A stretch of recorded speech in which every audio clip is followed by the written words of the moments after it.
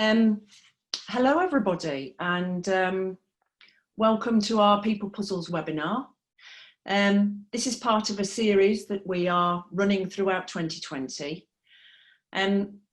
We've covered lots of different topics across the months, but today we're going to be looking at the subject of organisational redesign, which has become very important recently, obviously with COVID, that thing that shall not be mentioned. That there's been a lot of change in all of our lives, and this has become a very hot topic. So we wanted to cover it off today. And thanks to everybody who sent us questions in advance. We've tried to ensure that we've covered a lot of the things that you asked for in the presentation today. And actually at the end, if there's anything that we haven't, we'll make sure that we get back to you and answer any questions that you've had. Before we begin, I guess I'd better tell you who People Puzzles are. So Lois and I are part of People Puzzles. There's about 60 of us. We're all HR directors. We like to call ourselves HR superstars. And basically, we are here to help businesses to scale rapidly, to really help them to increase their profits and hit their financial targets faster. And for me, I think a way of summing it up is that we help business owners with all things to do with people. And often business owners say to me that we really help to take their stress away and allow them to focus on what they do best, which is running their business. So Lois and I are here today. Amazingly, we were talking earlier, and get this, between us, we've got 60 years in HR, 20 years at a senior level. Try not to work out how old we are, but that photograph of me was taken 6 years ago and I definitely looked a lot less wrinkly then. Anyway, on with the webinar. So Lois, we know that, that how we approach the restructure of a business can be the difference between success or failure. And I know that today you're going to be talking about the triggers for redesigning your business. And I guess one of the biggest triggers is what we call the new normal. And the new normal is a whole series of continuums, and we're all on different places in these continuums. And the next slide that I want to share with everybody actually highlights some of those different continuums. And looking at this, I'm sure that you'll all be familiar with this. Luckily for me, I've always been home-based for years and years and years. So the continuum between being office-based and working from home didn't affect me, but I know it's affected a huge amount of people who've never actually worked from home before, and suddenly they're finding themselves at home. Or they're popping in and out of the office as well, but they've moved somewhere on that continuum between one and the other.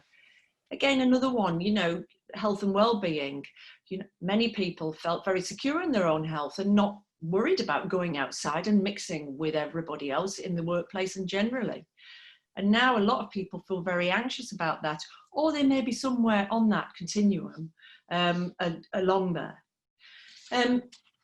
So Lois, you know, looking at this particular slide, and I really like this. This is one of my favourite slides that that we've presented recently, because I think it really sums up where we're at in terms of the COVID situation. And I know that's got a big impact on the way that we're looking at organisational design, that we're actually thinking about it in a different way because of the changes that have happened since the beginning of 2020. And I thought perhaps you might share with us some of your thoughts on that.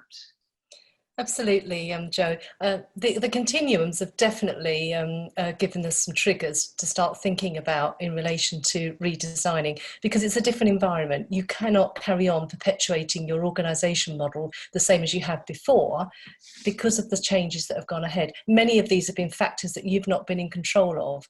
So like you mentioned, the home working versus the office-based, that has made a totally different impact on how businesses run, their processes, perhaps their technology they've had to look at. So lots of things that I think you have to take in consideration. And I, like you, really like this slide, because I think many of the people listening in on this today will be at different stages and different parts of these continuums on all these areas. So let me move you on to a reflective model, which I think is really helpful when you're starting to think about how to redesign your organisation. This is a reflective model by somebody called Rolf et al. With a team of others. And what it does is it makes you think around what's been happening during COVID. And we'll start at the what, even though you may be at different stages in your companies at the moment in relation to reflecting. What has been happening? What patterns are you noticing? Have you noticed changes in your revenue? Some companies have actually benefited through the COVID experience with their products. Others have obviously had significant impacts, like the hospitality sector. Have you got significant impacts in relation to attrition? Has it gone the other way, where you've ended up finding, because of furloughing, that you've actually retained staff and your attrition's gone down? Where are you with your employees in terms of the actual furlough side? Have you still got people on furlough? Or are you now in a situation where most people are back into work? Or are you taking advantage of the flexi furlough, which Jo will talk about later? Where's your supplier and client patterns? What are they doing? Where are you sitting in relation to those supply chains? Have some of those fallen apart? Some of those actually ended up breaking down because of the financials running through? Where's your employees' engagement levels? What's happening? What opportunities have you found that have come out through this period? And what do you need to stop doing? So lots of what questions when you reflect on what's just happened during the COVID period. So what do you do with that? So if we move on to the next stage of this cycle, what does that mean to you as an organisation? What impact have the answers to the what's had on you in terms of how you're thinking about changing your company and the design? What have you already changed? Many of you may have already been in a position where you've had to change. You haven't actually had to wait to come out of COVID. You've had to change to cope with COVID. The remote working, again, has been one of those obvious ones that has impacted all of us and definitely has changed the way we've operated. What strategies and values or decisions are you going to be doing differently going forward? So let's look at what you do with the so what's. You move on now to what next. We move on to the next. So now what do you do? What's the action plans you're going to put forward? You've identified things that actually have changed in your world because of the last 3 or 4 months. You've thought about what impact they've had on your organisation. You're now sitting in a position where you've got to think about what next. What will be your future business strategy? What's your organisation model going to be like to try and meet the change in the markets or the change in the way that you're operating? Do you want to keep things the same or do you want to work differently? And a really important one is, are you going to do those changes on a transitional basis or are you going to do it on a transformational? What capability do you have to be able to do that? Now, as this is a cycle, you will find that you can go in and out of these questions frequently. It doesn't just stop when you get to the now what, because of course everything is changing out there all the time. But I've just found it a really good model to use when you're starting to reflect and think about some of the areas that will actually impact you when you're going to look at redesigning your organisation.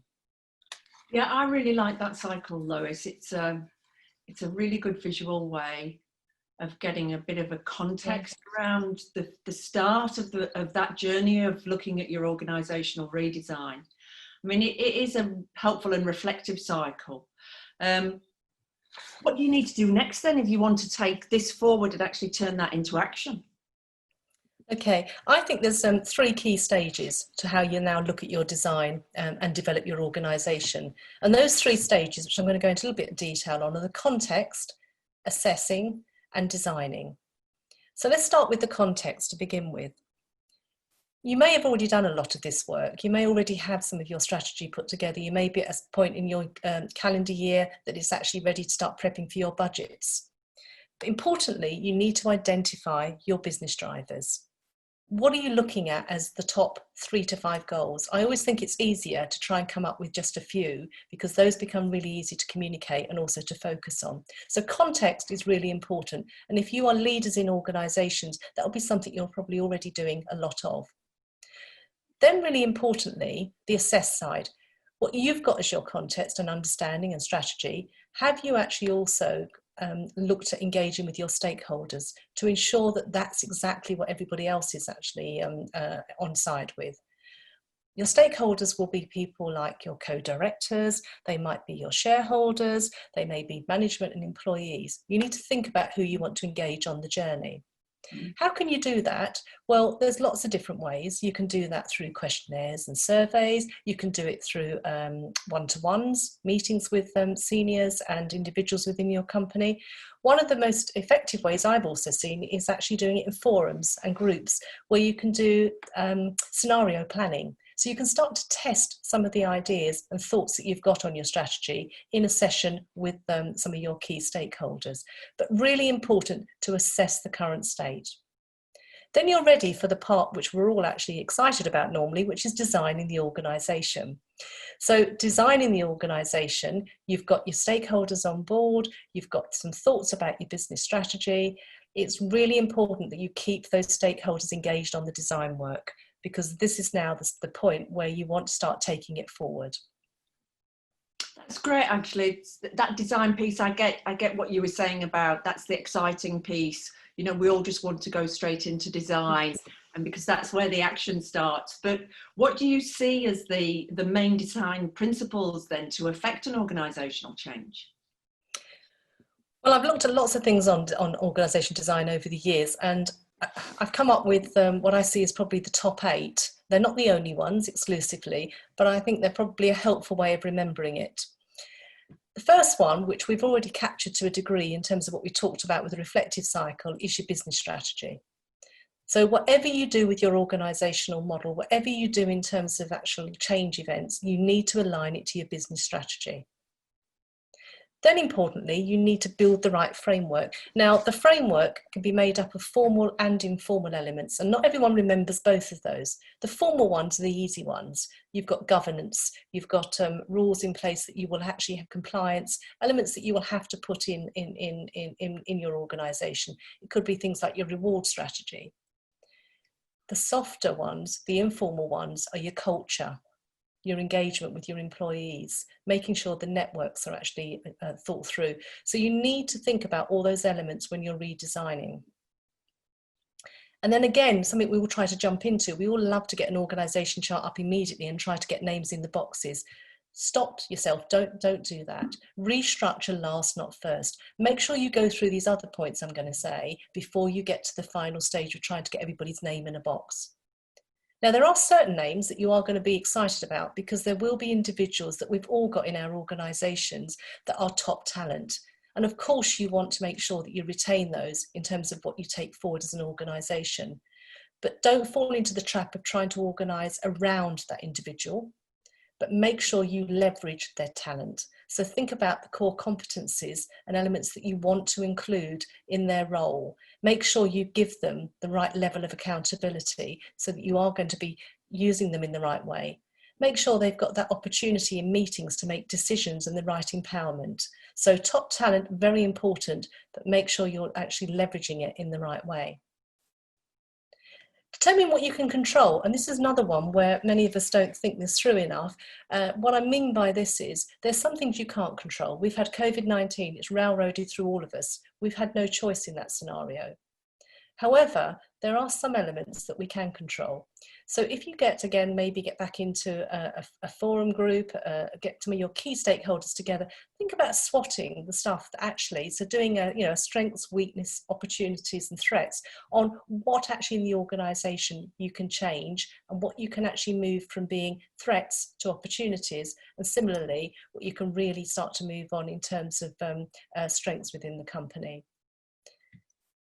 Promoting accountability. Now, this goes back to my point about stakeholders, because there's individuals in the organisation that you're taking on the journey, but it's not just the stakeholders that you've engaged on the design side, you want the whole organisation on board. So really important with accountability that you actually make sure everybody's got clarity on their goals, people have got clarity on their decision making, people actually have an understanding when they're in meetings as to what their role is. Ensure you've got meetings that have proper agendas, terms of reference. All of this stretches across an organisation, that once you start to roll out the new model, you've got everybody understanding what their part is in that model. Selective competitor analysis. What does that mean? Well, I think sometimes people refer to it as benchmarking. And what I mean here is that I've worked for some organisations where they ask at the very beginning when they're engaging us from people puzzles on organisation design, can you go out immediately and get some research on our competitors, because we know how successful they are. We want to make sure that we've got ourselves organised the same as them. Don't fall into that trap. because importantly, you have some unique selling points yourself. So if you want to be selective and look at a couple of other competitors out there and just understand if they've got a supply chain that you know is very successful in the way it's managed, then you might want to have some element of influence over how you design. But ultimately, keep your own identity. Just use that information selectively. Which comes on to the last point, which is building on your strengths. Whatever you do in your model, whatever you do as your business strategy, whatever you do with your design, keep your USPs, your unique selling points, your strengths. Build on the strengths in the organisation and make sure that you are revisiting whatever you've designed, that it is still doing that. So if you have a very strong market presence in a certain product, make sure that whatever you've designed is still allowing you to keep that strength in that market on that side. Yeah, that's some really interesting insights there, Lois, and some great advice for everybody who's looking at a restructure right now.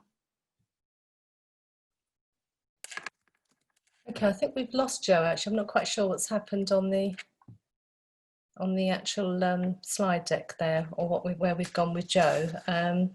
So if I can ask, I think one of my colleagues actually, who's hopefully online, if she can just bring up the slide deck as well, that would be really helpful. But I will carry on anyway, just walking through something that Jo was herself going to cover.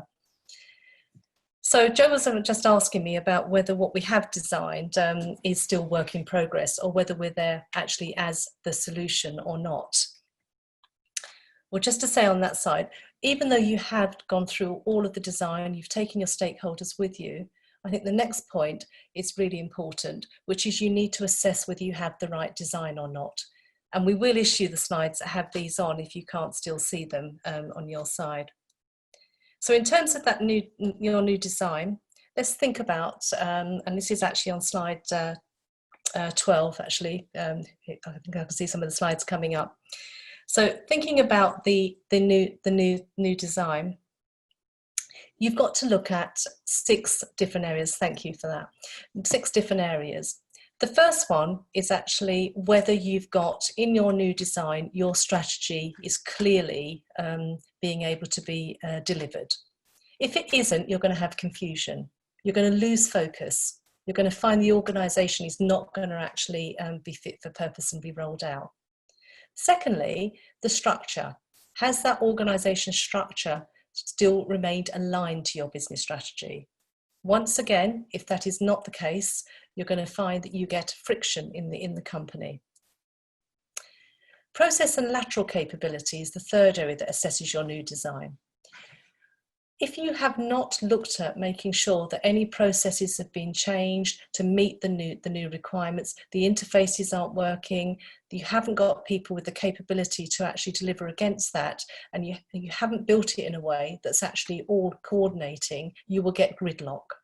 So it's not just about the organisation design from the point of view of a actual design map with names in, or an org chart. This is around making sure everything is working within your company in terms of its interdependencies, so you get full collaboration. If we move on to the next slide, you'll see that actually we also need to be clear, not just with processes, but also with technology.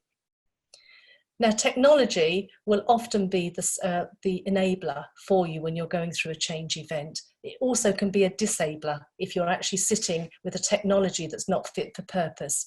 So once again, remember, if you're changing stuff, that you are looking at where you may have to find some new automation or technology solutions, some new interfaces. Reward and metrics is another area to think about. This will relate to employees and to clients in terms of how you're working. So if you've changed your model, have you revisited your KPIs? Have you looked at what you've got as actual service level agreements with clients? Employee-wise, have you thought about whether the model now, because it's changed, needs you to revisit your incentive schemes with your employees or your reward strategies? Again, all of those are important to make sure you keep the motivation high within the organisation. And that brings me on to the people practice side. I mentioned it earlier to do with accountabilities, but it is really important to ensure that people are enabled and empowered. because if they're not given enough enablement and the people practices aren't supporting that type of culture, you will get low engagement and you'll get low performance, even if you've got the best design out there on that side. So these are 6 areas that I think are really important to assess whether your design is going to work before you're ready to roll it out. So you can remember some of the key things we've gone through. If we move to the next slide, I've come up with just some designs, do's and don'ts. And the first ones, I'm not going to go through everyone individually, but I just want to pull out some of the key points. And I think I've just got Jo joined us back. I'm here. Can you see me? Can just see you. Yeah, we seem to have lost you in the middle of that. I'm just on to, I don't know whether you wanted to equally share with this one, but I've just moved on to the designs, do's and don'ts, looking at some of the things that are quite memorable for us to think about when we're doing our redesign. Oh, fantastic. Oh, well, look, I'm sorry. Technology always overwhelms, doesn't it? But look, please carry on with the do's and don'ts. They Lovely. look very interesting. Thank you. Thanks, Jo. So first of all, the one I've picked out as one of the highlights on here is having a compelling story. And this goes back to your business strategy. So business strategy sounds very sort of heavyweight and theory-based. Employees and people within your organisation want to know why you're going through the change. So whether you're giving that story out there through Zoom, through Teams, which is the most obvious technology we've had to use in the last few months, or whether you're doing something in an email and writing it, or whether you're just doing a strategy on a page, an easy area to digest, just make sure you have a compelling story that's clear. Ensure also that your key stakeholders, and I keep on mentioning them, but make sure you get your key stakeholders included in all the design sessions you're running. So they're my really strong do's. My don'ts is don't do it in isolation. So don't use this as a theory exercise. You need to think about this is people that you're impacting. So clearly, talking about the people side and impacts, which is why it's quite opportune that Jo's back, we know that by going through these types of designs, changes, is going to impact employees. So Jo is going to just cover a couple of the areas that came up in questions from you earlier before the webinar, and talk you through where hopefully we can help you on some of the top tips for dealing with redundancies during furlough. Great. So, yeah, interesting lesson there on how to stay cool while losing one's link during a live webinar. That's the first time for me. So redundancies during furlough. Let me just talk a little bit about this because it's really topical at the moment and we're all going through it. In fact, most of the team at the moment, I think Lois have said that they are in some way, shape or form restructuring businesses, conducting redundancies. And we just thought it would be useful just to share a few bits of information around that, just as a reminder for those of you that may not have entered this forum yet and not started to have to conduct redundancies, and hopefully you won't have to do that. So, of course, the first thing is the great planning, and everything that Lois has talked about in the webinar today has all been about great planning. It's about how to review the organisation design and to really understand the roles that we need for the future.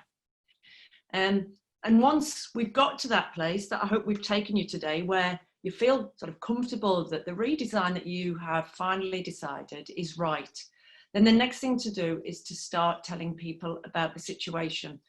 And what we need to do, I guess, at the moment is think about video conferencing as a way to communicate with people that they may be at risk of redundancy.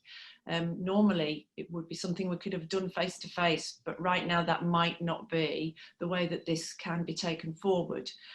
And it becomes more difficult if you have a collective consultation, because that's when there are more than 20 redundancies involved and you do need to go through a process to elect representatives.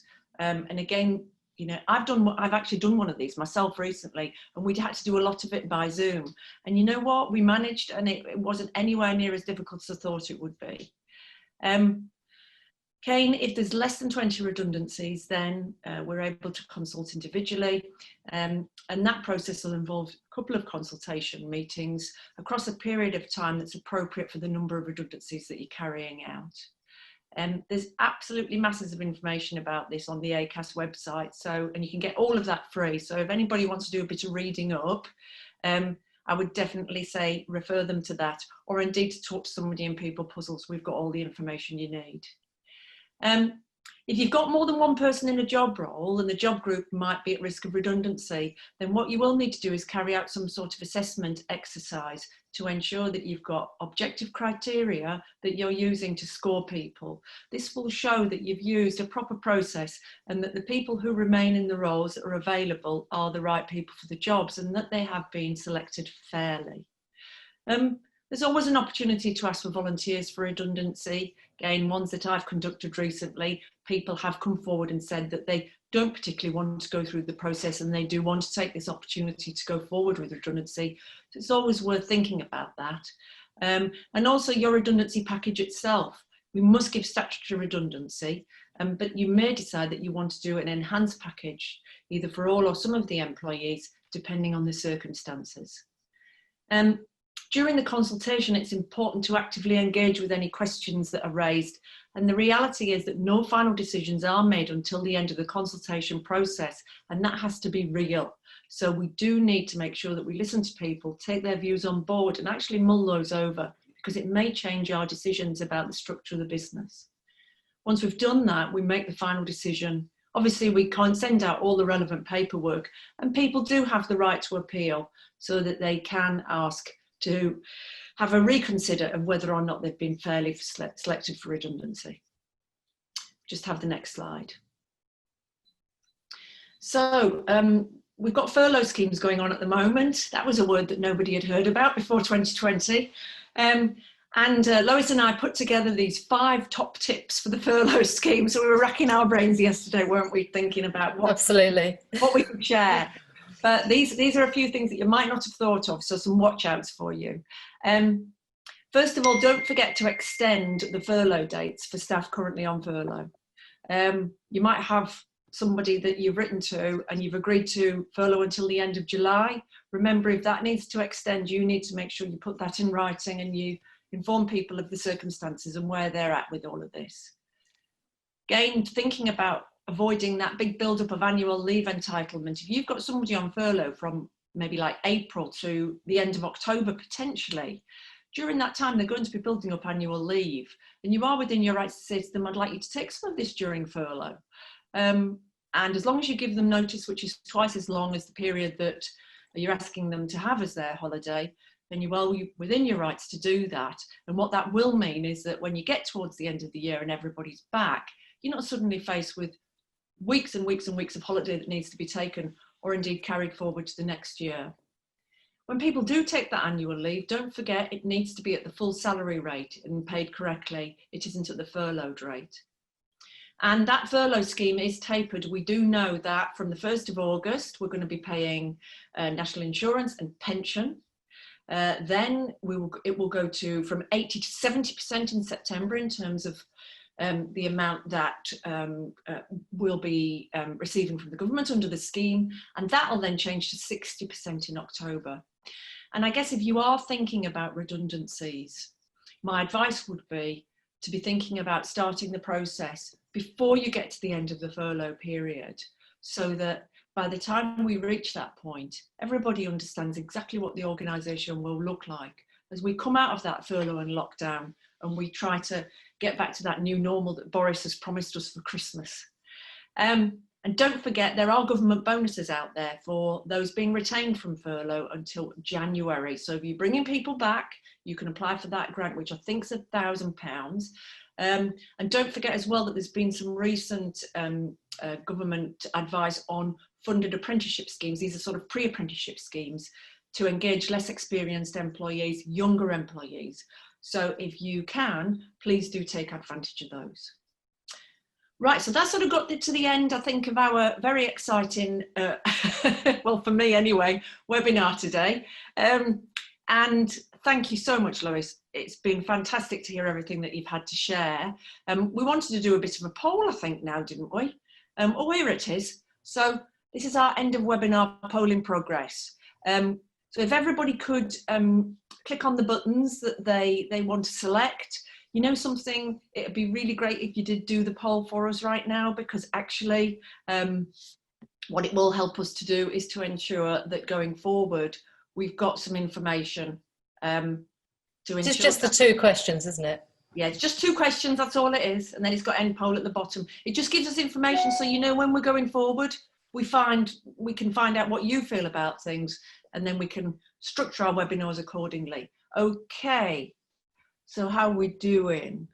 I think, yeah, we're there. We've done our poll. Thank you very much, everybody.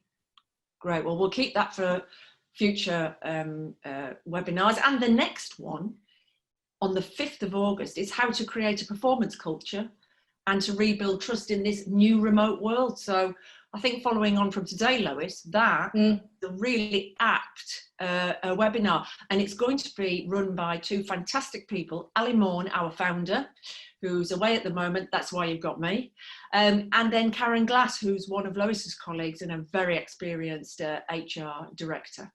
So they're going to be doing the next webinar. And lastly, just to let you know that if anybody fancies having a chat with Lois or I about some of the things that we've discussed today, we are offering a complimentary 30 minutes. It's no pressure, nothing at all. Just, you know, let us know. We'd love to talk to you and see what we can do to give you a little bit of help and advice with the challenges that you're facing ahead. Well, thank you very much, everybody. I think we've now come to the end of today's webinar. Thank you to Lois, really appreciate it. And hope that we can all join you again on the 5th of August for our next instalment. Thanks, Jo. Thank you.